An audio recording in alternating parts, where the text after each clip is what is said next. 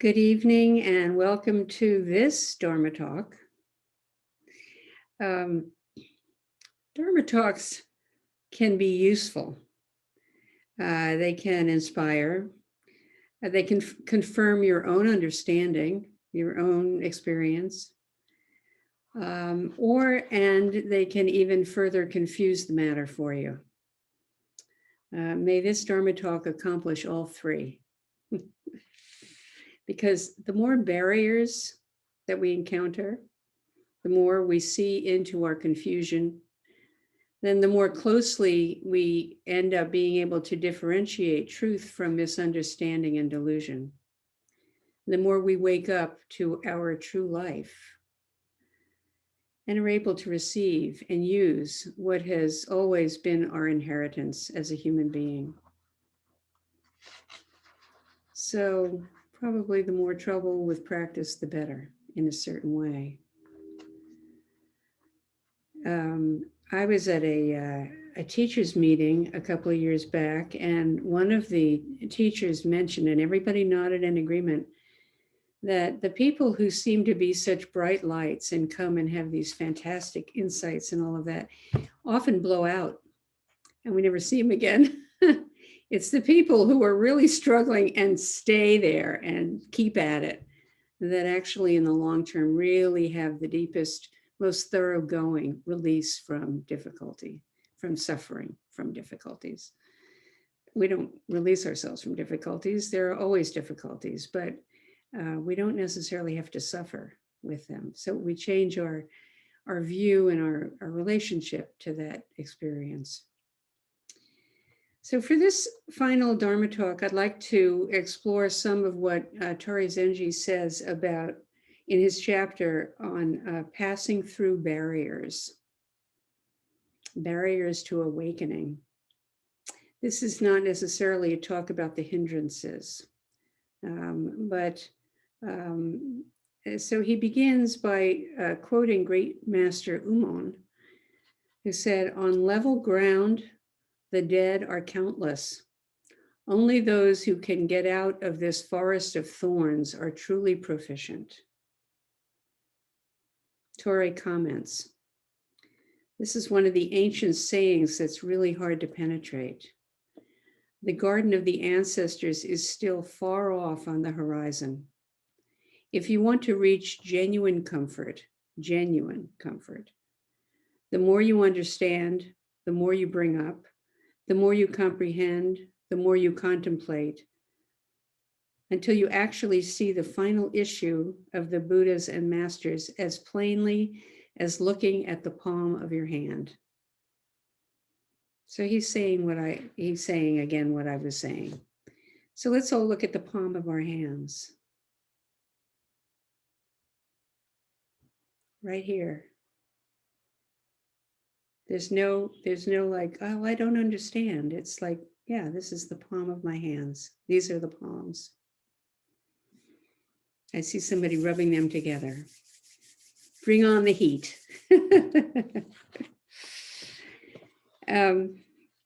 We tend to stumble and fall more on level ground than on steep incline. So here again, that quote is, "On level ground, the dead are countless. Only those who can get out of this forest of thorns are truly proficient." So level ground, we tend to stumble, and this is probably because we're more aware when we are on a steep incline. We're paying closer attention. When things are too easy, we can drift off into mental worlds and forget about where we're placing our feet. So in this, we return to this recognition that we talked about yesterday, that our challenges, our problems, are responsible for making it necessary to find a path. They are the very conditions that help us to the path. And when we do, then walking our path carefully and fully, the more difficult our life in a certain way, the stronger the motivation. We could say here, as an aside, we could talk about walking meditation. One way of looking at walking meditation is it's an enactment of the process of our life. It's a physical metaphor, and we can see where we're placing our feet, and also feel the foot meet the ground, and can feel the support of the earth under our feet. Just as much as we do with awareness in Zazen, how we tend to drift into a disembodied mental world where mind and body are becoming separated out. We say in walking meditation, mind and body doing the same thing. We could say that in about Zazen too, mind and body dropping off, mind and body together. There is no mind without body. There's no body without mind. So now let's speak about that forest of thorns. In ordinary life, those who are too comfortably off, living on level ground, so to speak, tend to be the unhappy ones. Whereas a light seems to shine from those who've gone through suffering in life. The countless dead whom Uman refers to here are those who've never suffered anything and just want to be comfortable.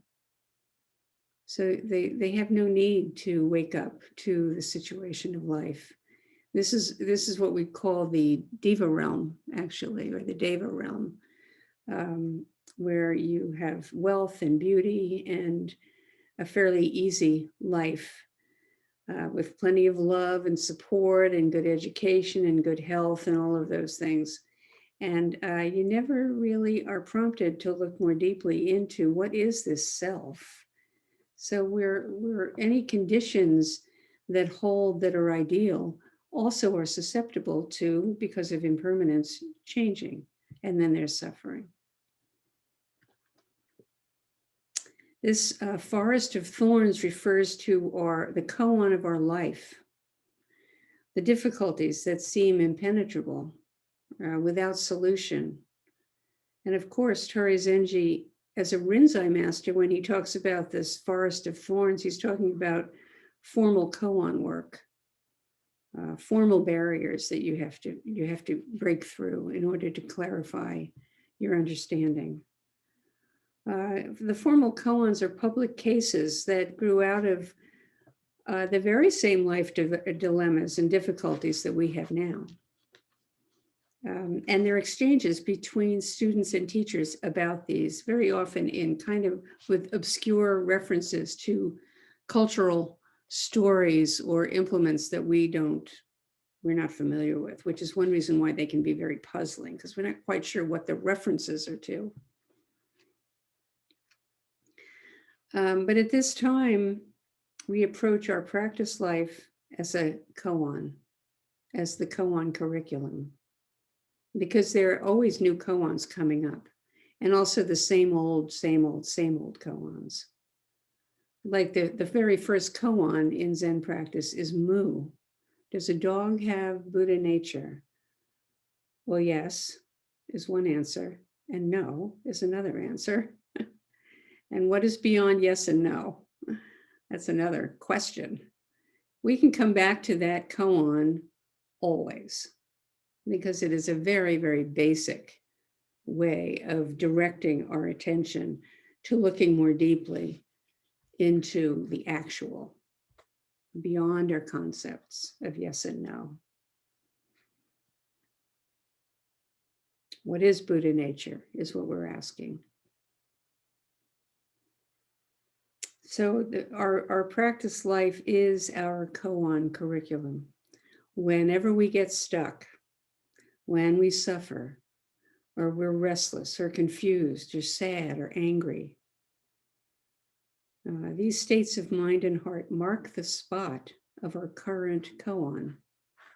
Whenever we come across whatever we suffer with, there's the koan of a life. What is this? What is this that's so difficult? What makes it up? And this is where we struggle, and this is where we wake up. They go together. We wake up if we are living our vow, if we're living into vow. This teaching about the forest of thorns takes us beyond the easy and the hard of our life and tells us something essential about the process of awakening itself. It stresses the importance of going beyond, always going beyond, gate, gate, paragate. One satori, one insight, one moment of kensho, dropping off body and mind, is not yet awakening. It's not full awakening. It is essential. It's lovely. It's encouraging. And it's true. There's a truth there. Yet we must keep going. There's a quote. Here's another quote from Tori Zenji. The heart of nirvana is easy to clarify. Knowledge of differentiation is hard to illumine. The heart of nirvana is easy to clarify, right? That's why we spend a lot of time in Zazen. We really want to have a breakthrough where we drop all mental formulations and we are just free and clear and open and wide and intimate. In Rinzai Zen, which uses a lot of formal koans, there's a big emphasis on kensho. And it's the same as the question of is awakening sudden or is it gradual? So Rinzai is the sudden awakening school and Soto is the gradual. Anybody that I know, mostly, has a gradual awakening. Hundreds of awakenings that slowly open the Dharma eye wider and more clearly and more sustainedly, right? The heart of nirvana is easy to clarify. Knowledge of differentiation is hard to illumine.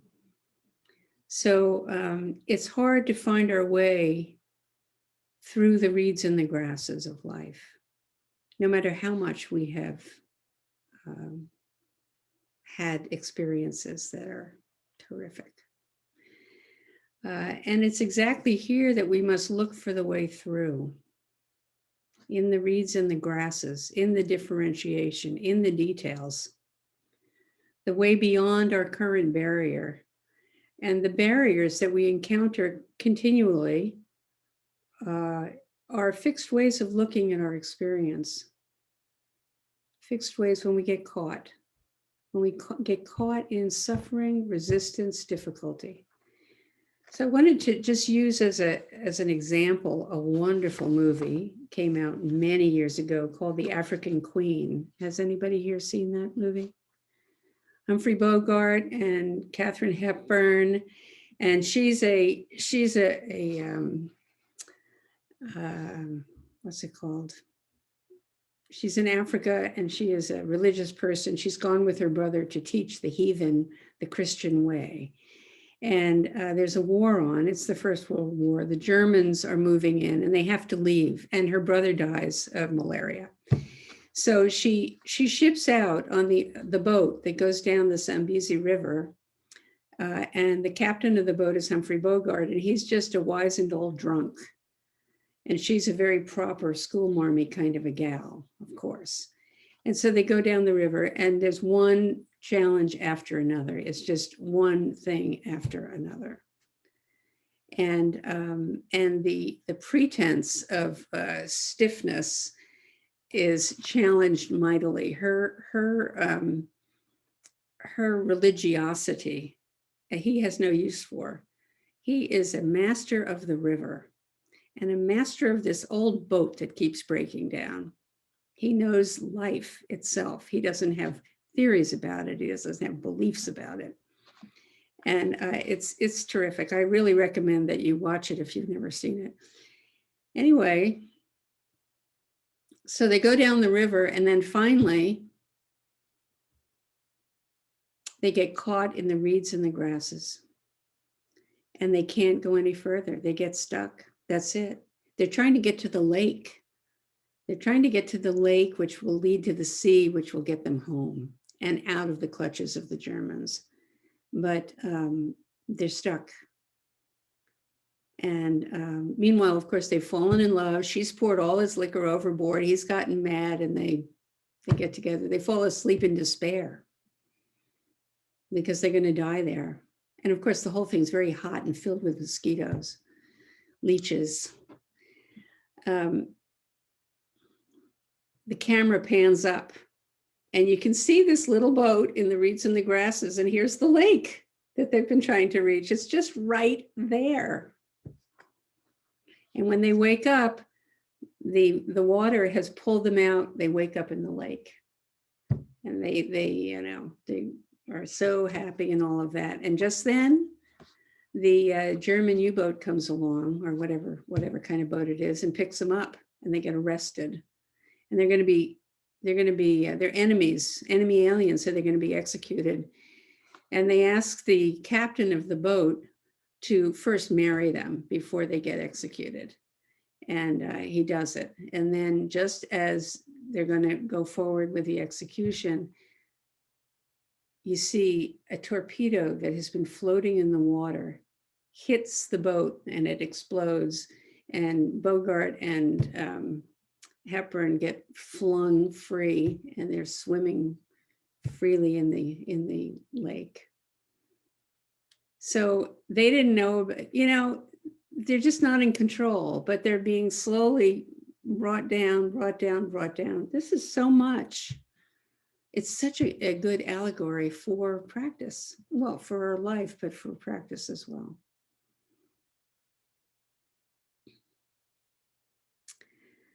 So elsewhere, Tori Zenji says, true awakening is attained at the moment of initial inspiration. When you first have an inkling, you see. Yet 50 kinds of teachings are subsequently practiced. We may have an insight at one moment, but to see how it can be integrated and used to relieve suffering, our own and others' suffering, takes steady attention and willingness to stay open and not to lock in to a first impression or some idea about things, not to get locked in to any point of view, but part of it is to realize the nature of the point of view.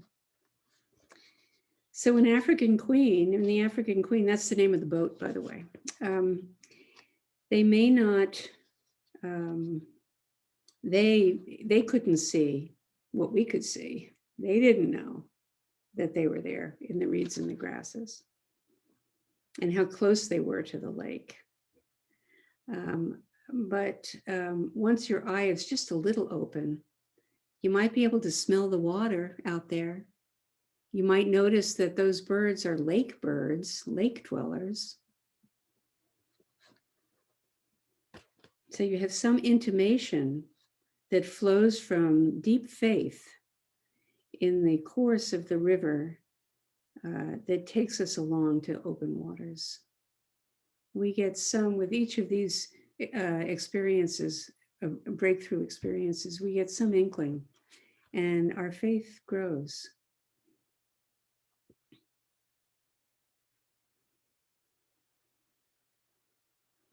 Knowledge of differentiation, 50 kinds of teachings.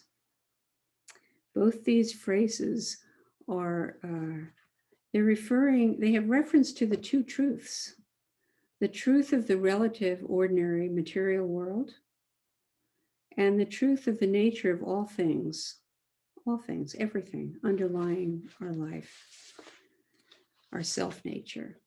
the nature of the individual self. Though all things proclaim the Dharma truth, how are we to understand this? How do they? To go beyond thinking that this spiritual practice is meditation, and to think it's separate from everything else is a limited understanding of what we're about. Tori Zenji's teaching accords with my own teacher's teaching, to not get too caught up in big awakening experiences, but to rely on steady practice and commitment to constancy of effort, and to stay involved in our life, to integrate it into our ordinary life. And when the time is right, and we very naturally see our nature clearly, it's just palm of the hand, right before our very eyes. If we have a profound experience of direct awakening, there's a danger of getting trapped by it, trapped in a pit of oneness, of emptiness, and not being able to relate to the 10,000 things any longer from this new perspective, or even to be able to function at all in the details of life. I had heard about this always, but I never appreciated the truth of it until I met my friend Alex years ago, who, when he was young, he was in his 20s, he had an enormous awakening experience. Everything dropped away. He saw thoroughly through the dream that is this life. But he didn't know how to integrate this into how he lived. He didn't seek out a teacher or do what we call in Zen character work, which helps us integrate our clarity and differentiate one set of conditions from another that may require different responses. So we get much more attuned and subtle in how we use our Dharma insight, much more flexible about it all.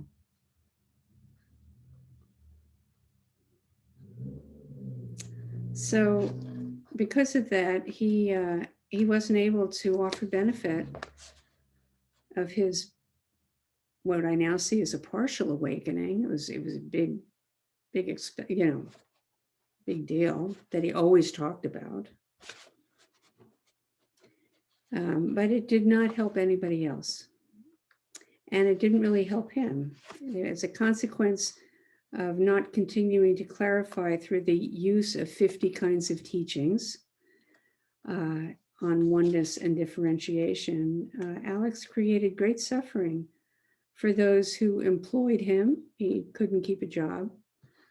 The woman who was married to him and his children. Very, very difficult life. So this is far from relieving all suffering. When we stop with a big insight and we don't do the laundry, after bliss comes the laundry. What's that title of the book? After enlightenment comes the laundry. It's a great Zen statement. So this is the forest of thorns that we must all learn to walk through with skill and growing insight. Insight that comes from realizing that the verbal expressions of Dharma have a lot of subtleties. Why? Because experience has infinite subtleties. Those we can see, and those like the torpedo that silently moves through the deep waters until it hits. So without careful work, we can fall into many traps and not skillfully differentiate one thing from another. Thus, the importance of a teacher in studying the way. Buddha, Dharma, and Sangha together bring balance to our Dharma liberation. and depth and flexibility and usefulness. The Dharma must function. Awakening must function. The teacher challenges you. The Sangha challenges you. And the infinite teachings continue you on your path. Continue us all on our path. So here's another quote. If you just stay in the solitary principle of seeing nature, your essential nature, it sticks to your skin, glues to your bones, and you cannot fully realize the Buddha's and master's subtleties of differentiation. He says it right there. The abundant use of principles by the Buddhas and ancestors of antiquity was, after all, indication of the road, but not really the inner meaning of the Buddha and ancestors. That's very clear.